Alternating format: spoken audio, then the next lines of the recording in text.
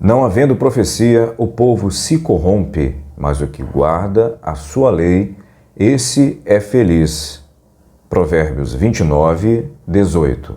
Será que quando Salomão escreveu esse texto, ele estava se referindo a dons espirituais? Com certeza não, certamente não.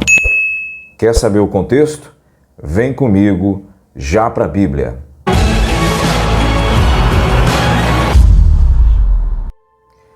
A palavra profecia, no hebraico de Provérbios, significa shazon, que pode ser traduzida como visão, mas não como dom espiritual. Na verdade, significa especificamente instrução divina da vontade de Deus.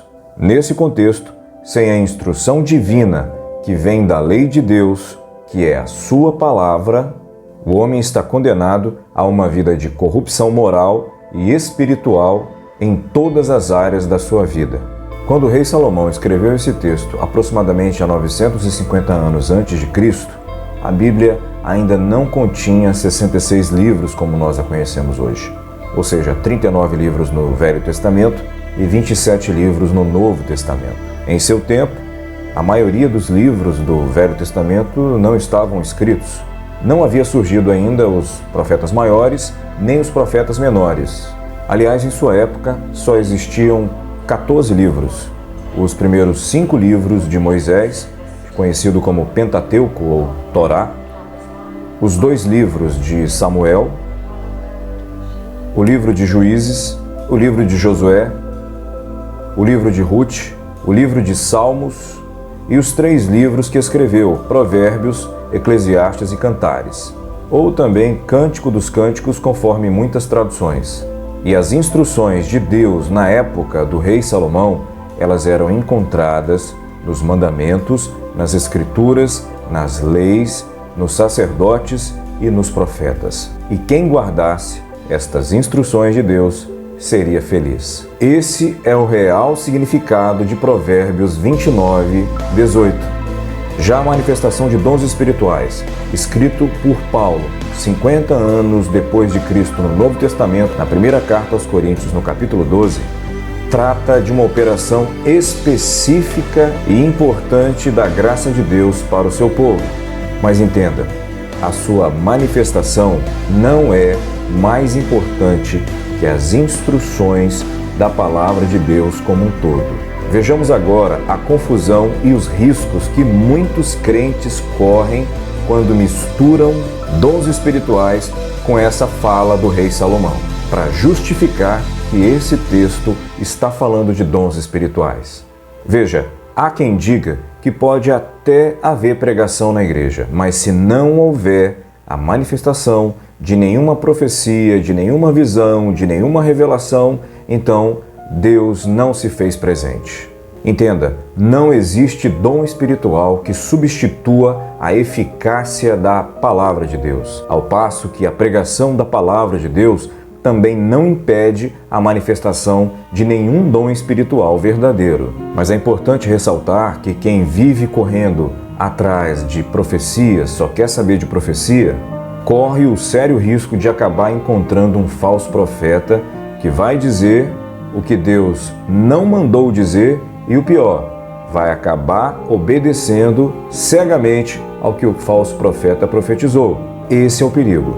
Sabe o que acontece? No começo, a profecia do falso profeta, ela mexe com suas emoções, principalmente se ele profetizar o que você deseja ouvir.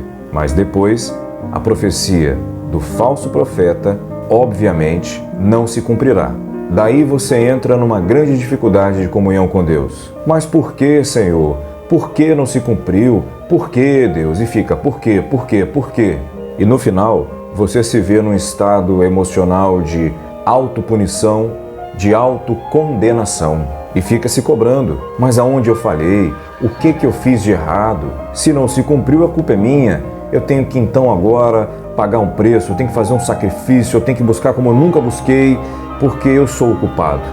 Se a profecia não se cumpriu, o problema está em mim. Eu devo estar desagradando a Deus e Ele recolheu a profecia.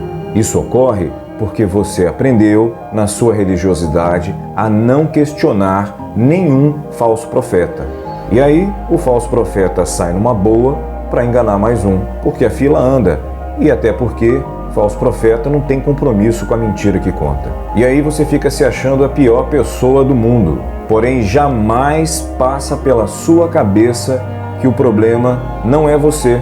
O problema é o falso profeta. Por quê? Porque você não aprendeu a discernir entre o falso e o verdadeiro profeta. Veja agora o que o apóstolo João mandou fazer acerca desse assunto. Amados, não creiais a todo o Espírito, mas provai se os Espíritos são de Deus, porque já muitos falsos profetas se têm levantado no mundo. 1 João 4:1. Vejam só, se algum profeta no Velho Testamento dissesse em nome de Deus o que ele não mandou, o falso profeta teria que morrer. Para você e eu vermos como é sério esse negócio de atuar em nome de Deus sem procuração. Deuteronômio 18, 20 a 22. Vamos ler? Porém, o profeta que tiver a presunção de falar alguma palavra em meu nome, que eu não lhe tenha mandado falar, ou que falar em nome de outros deuses, esse profeta morrerá. E se disseres no teu coração, como conhecerei a palavra que o Senhor não falou? Isso aqui é para quem está com dúvida, tá? Aí Deus responde, quando o profeta falar em nome do Senhor, e essa palavra não se cumprir, nem suceder assim, esta é palavra que o Senhor não falou. Com soberba a falou aquele profeta, e não tenha medo daquele profeta.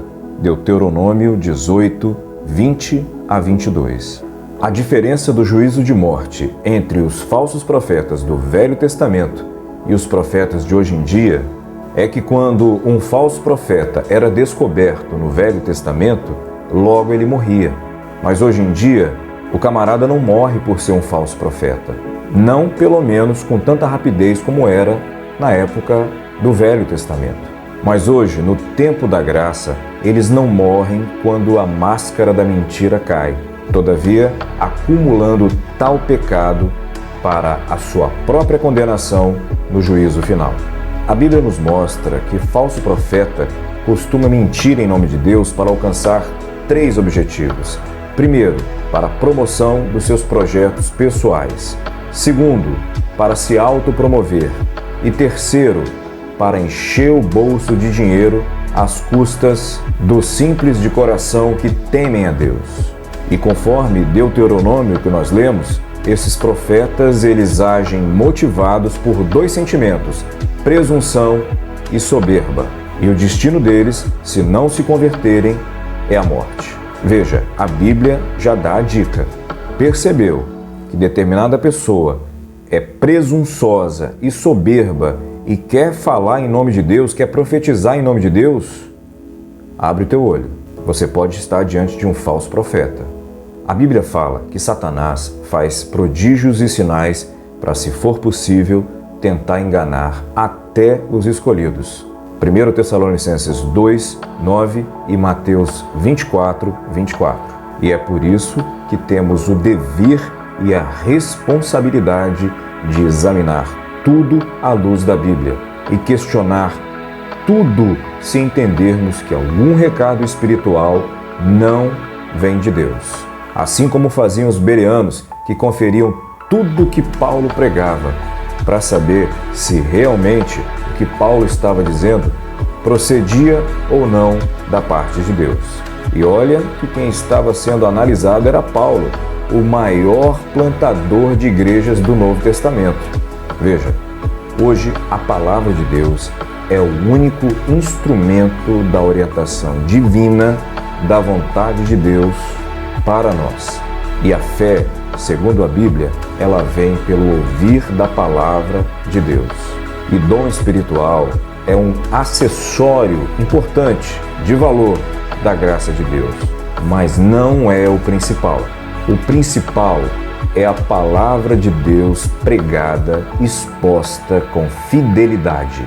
Perceba, se tivermos a pregação fiel do Evangelho de Jesus Cristo, mesmo que não haja a manifestação de nenhum dom espiritual, como visões, profecias, revelações, Deus estará muito presente e operando salvação de muitas pessoas por meio de sua palavra. Quer a prova? Abra aí Atos 4:4. A nossa segurança para entendermos sobre Deus e sobre o mundo espiritual vem exclusivamente da palavra do Senhor. Se não for assim, nós estamos perdidos. E por que entender isso faz toda a diferença?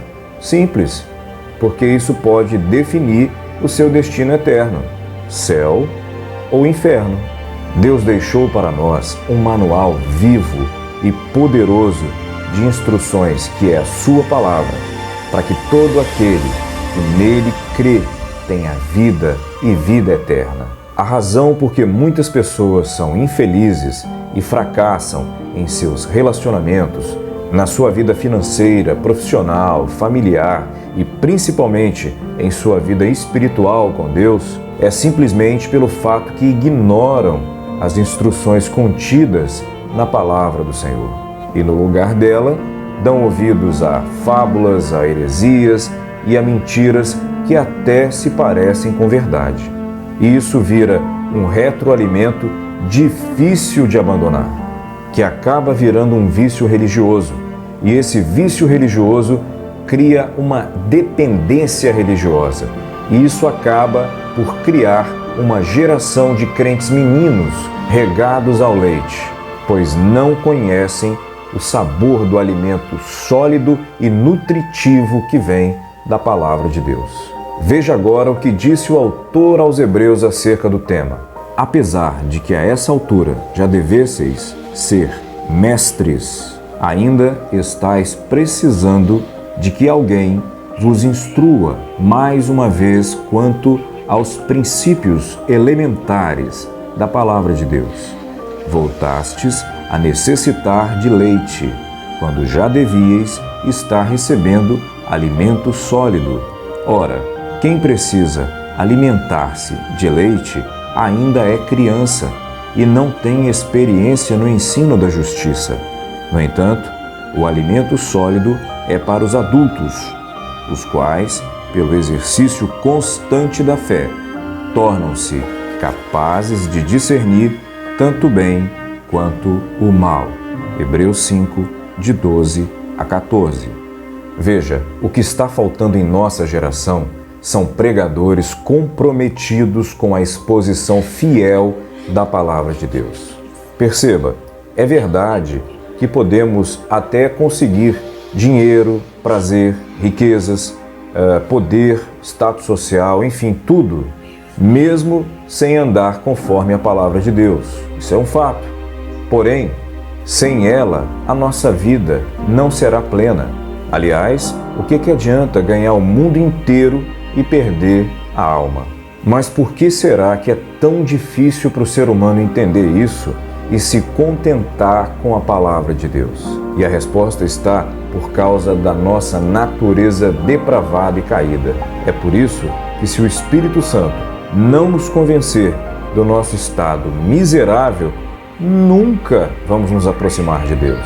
Desde pequenos somos desobedientes, orgulhosos, mentirosos, rebeldes, sem se esquecer do espírito de independência presente em nosso comportamento todo dia, nos afastando de Deus. E quando crescemos, as consequências de vivermos ignorando as instruções da palavra de Deus são mais dolorosas ainda.